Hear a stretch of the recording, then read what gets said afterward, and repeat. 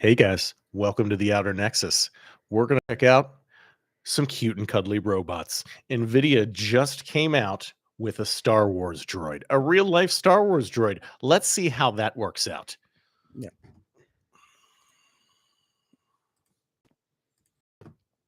Okay.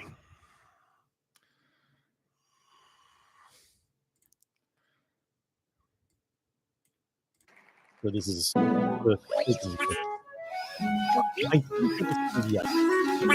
For those of you that can't see it, And it's so cute and cuddly. Look. This is all operating on a neural network. Look at how awesome he is.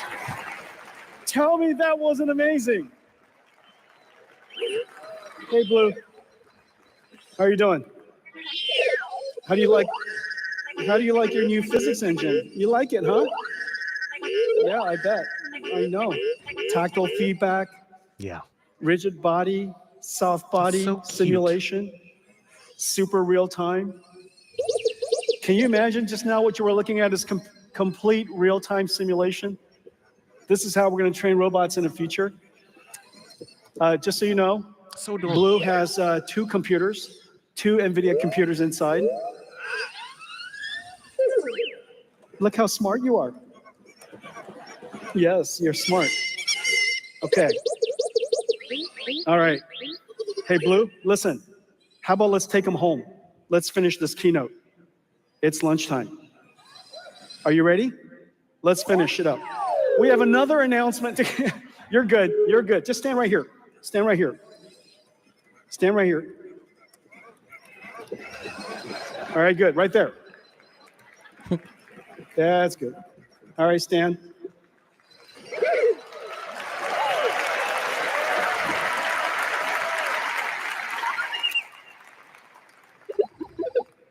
Okay. We have another amazing news. I told you the progress of our... So that was basically it. Now that's all great and it's awesome. That robot was super cool in my opinion. yes, And it's where we're going. they Disney-fied a robot. But here's the thing: they Disney-fied the robot. But the fact of the matter is, that robot was barely listening to that guy. In a way, I think one of the issues we were seeing is it's hard to process everything in real time. So I think everything he was saying was having to be processed, and there was a delay, so it really looked like it wasn't. But it was getting the gist. It was getting the gist of it. Yeah. But in my opinion, it definitely had its own thing going on. You know, I think it's going to become very hard. Well, okay. So yeah, just like what you said before, imagine that thing. So yeah, that's a Disney-fied robot, but you just scale that up and put rocket launchers on it. Do you think that's a good idea? I mean, to a thing that's not really, it's like it's there. Yeah, sure, it's got it, but not quite. Not quite. It doesn't quite want to listen to you. It's there, but it doesn't quite want to listen to you. And you just make that 20 times bigger and give it some weapons. I mean, maybe increased intelligence, so it knows it's smarter than you, so it knows you're stupid. Well, it has its own agenda. Yeah, it has its own mission that it's trying to execute. You could definitely Skynet this thing. Okay? Oh, it would be profoundly easy. That's the issue. It would be so easy to Skynet that shit. Yeah. They're actually, with the way that robot looks. Yeah. What you said about it, like scale it up 20 times and then, but not give it rocket launchers. The movie iRobot kind of does that with the house demolition scene. It basically uses a big square-ish looking robot. Yeah. I think it has tank treads again. Yeah. But basically it follows, Will Smith's character around and tears down the houses, but it's obviously after him. Yeah. And it goes through and it's terrifying. Yeah. But One of the things that we mentioned before is, and they're kind of already there, is the dogs are around. The dogs are around, yes. And they're already doing kind of what you're saying. Not the scale isn't huge, Yeah. but the ability to arm them is there. And Oh, yeah. it's being done. Yeah, absolutely. And Yeah. they're just doing that immediately. Yeah. And the issue I have, I mean, I was watching Sam Hyde's podcast, and he did a bit on autonomous drones, which I thought was pretty cool. He came to the conclusion that that's what they have to do, is they have to make these drones autonomous so that they aren't susceptible to RF jamming. They need to be completely closed systems so that they can go into these deep locations without being interfered with and be able to survive on their own, like their own operative. But the problem with that, I feel like that's going to be an era. Like, sure, we'll be able to do that for a bit, and then super intelligence is going to come in, and that's Well, I mean, the current predictions for super intelligence from Yeah. most of the people involved in super intelligence Mhm. is the earliest estimate Mhm. is sometime in 2027. Okay. But the Yeah. most generally conservative estimate that is on a consensus Yeah. is 2030. But that's the earliest for consensus. What was that number? 2030. Oh, 2030. Yeah. But people are guessing it's going to be somewhere between 2030 and 2040. Definitely not 2040. I'm saying yeah. up to. Oh, up to, 2040, yeah. But the thing is, hold on, let me pull this up. Oh, come on. Come on. So we got this guy. This is a guy that's been trained in motion capture. It's not being remote operated. It's an AI that is trained with motion capture to emulate human movement. So if you thought they weren't coming for your job, think again, because they have time to understand. They're learning them now. Yeah, well, you'll see what about to do. He's doing some basic shit right now. You're gonna see what this motherfucker can do.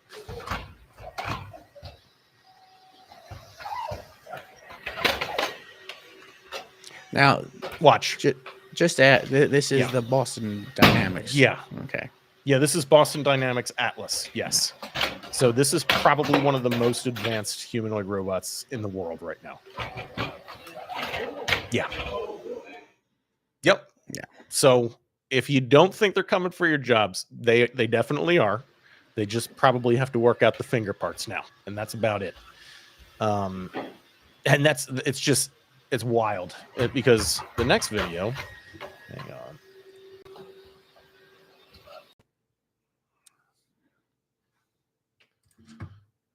Is this.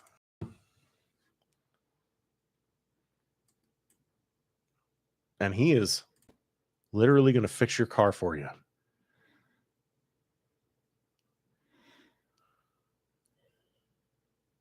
Right? Wouldn't that be nice? Your car breaks down. Yeah. You call an Uber, you go to work for the day. Yeah. While you're at work, he takes apart your car basically. Yeah. Replaces whatever is broken. Yeah. You come back, your car's all fixed. Yeah. That'd be nice. Well, I mean, that's probably what businesses of the future are going to look like, where you don't actually hire human workers. You just have a bunch of these things running your shop. Yeah.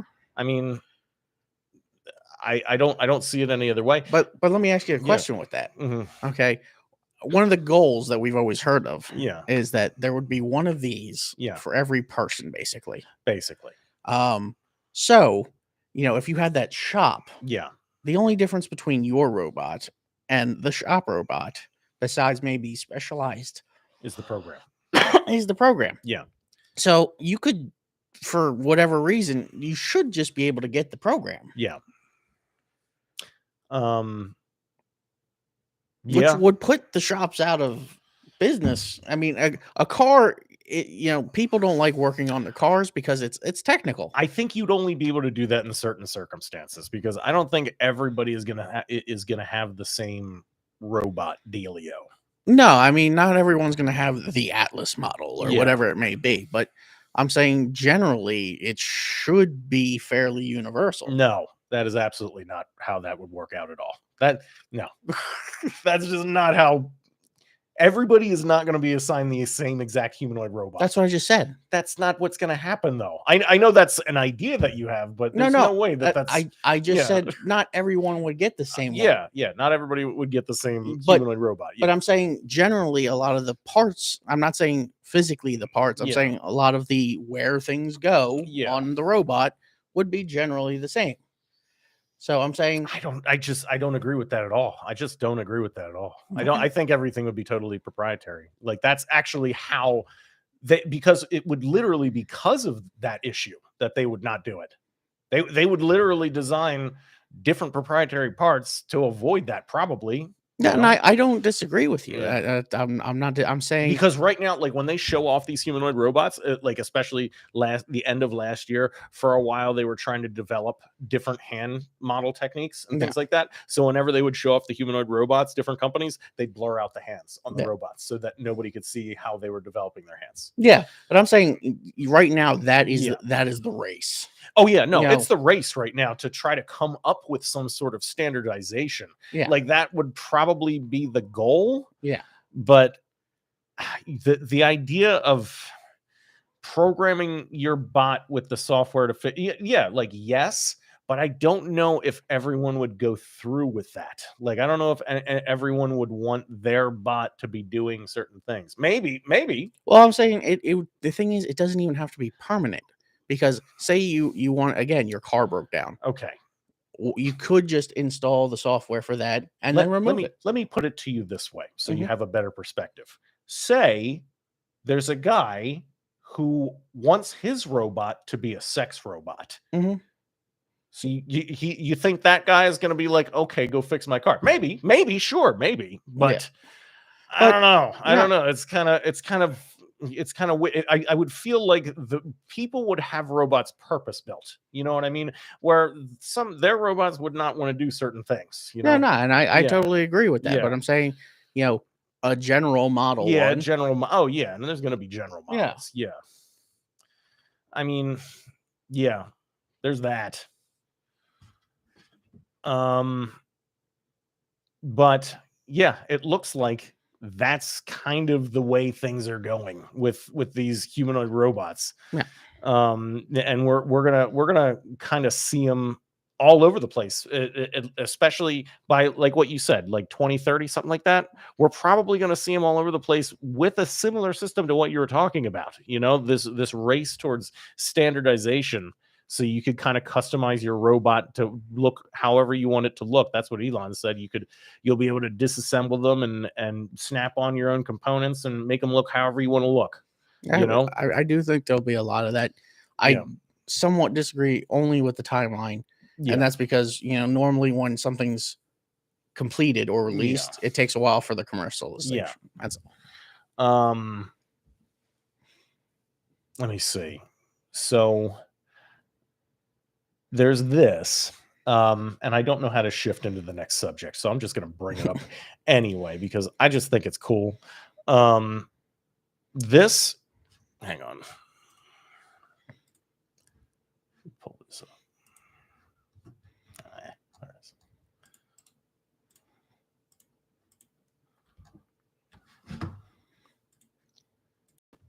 So this thing is a Northrop Grumman 437, and it is not a plane. It's not a jet. It's a drone with a cockpit. And now I'm pretty sure that these were spotted over New Jersey. So these, I'm pretty sure that they were testing these over New Jersey, but that's speculation. The fact of the matter is, this is an actual drone that can be manned. You could put people in it. And what that really means is, it kind of changes the concept of a pilot. I'm sure he might be able to take over the flight controls. Maybe he can't. But his real purpose in there is to do testing. So the mission of the plane and the mission of the occupant could actually be totally different. Yeah. I mean, it's Hang on one second.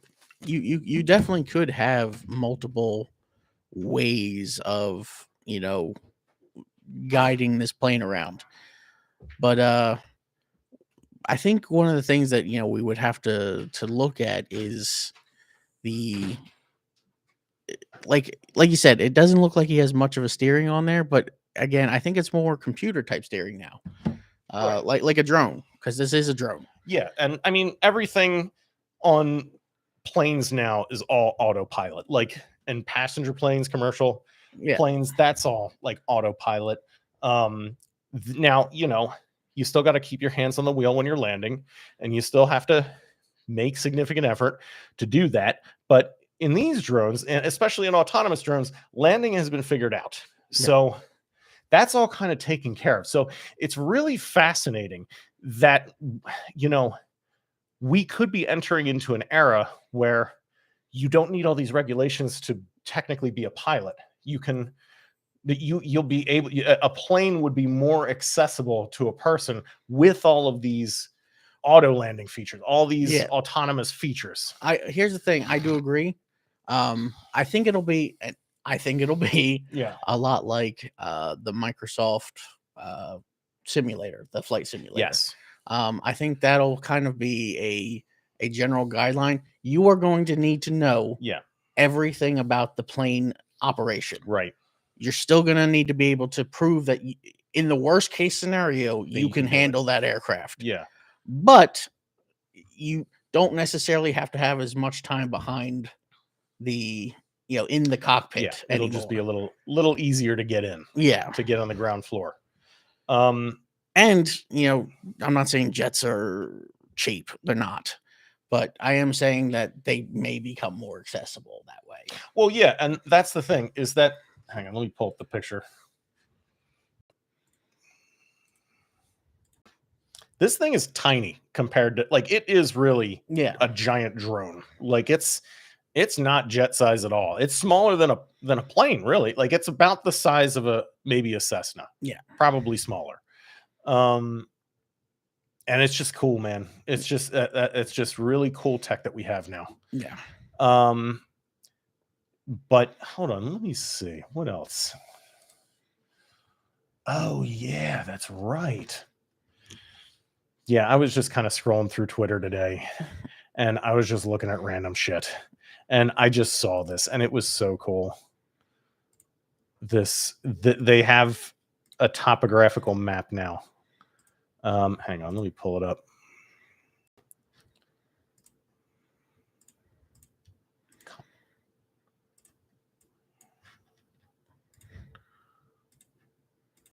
They have a topographical map of the planet and the oceans and shit. Okay. Yeah, NASA just got this imagery, and I just think it's really cool because you could see, how deep these trenches are and how hard these cutoffs are. And I don't know how accurate these are. Is that how islands actually structured, where they're just super tall points? Look at those. I mean, it is because you don't normally think of like sharp points being part of it. And if that's true, those are sharp. Yeah, I guess that's how islands can sink sometimes. They just collapse. Yeah, but I thought that was neat. Yeah, but like one of the cool things that you're seeing here is like on the left side of South America. Yeah, it's kind of just a drop. Yeah, it's just a sheer drop. And then on the right side, it's just it's kind of slow and right into the land. Yeah, yeah, and I think it's interesting because it shows that the Earth's shape is much more like a potato than it is a perfect sphere. Yeah. Yeah. But it is worth mentioning though, even though we're seeing all of that gradient now of like up and down here. Yeah. It may be for a celestial body. Yeah. Earth is. Yeah. And this may be more rough. This may be a little rough. This might be a rough cut. But yeah, that one is interesting. That it is pretty cool. But I think that is where we are going to call this episode for today. All right. Yeah. See you next time, guys. Talk to you later.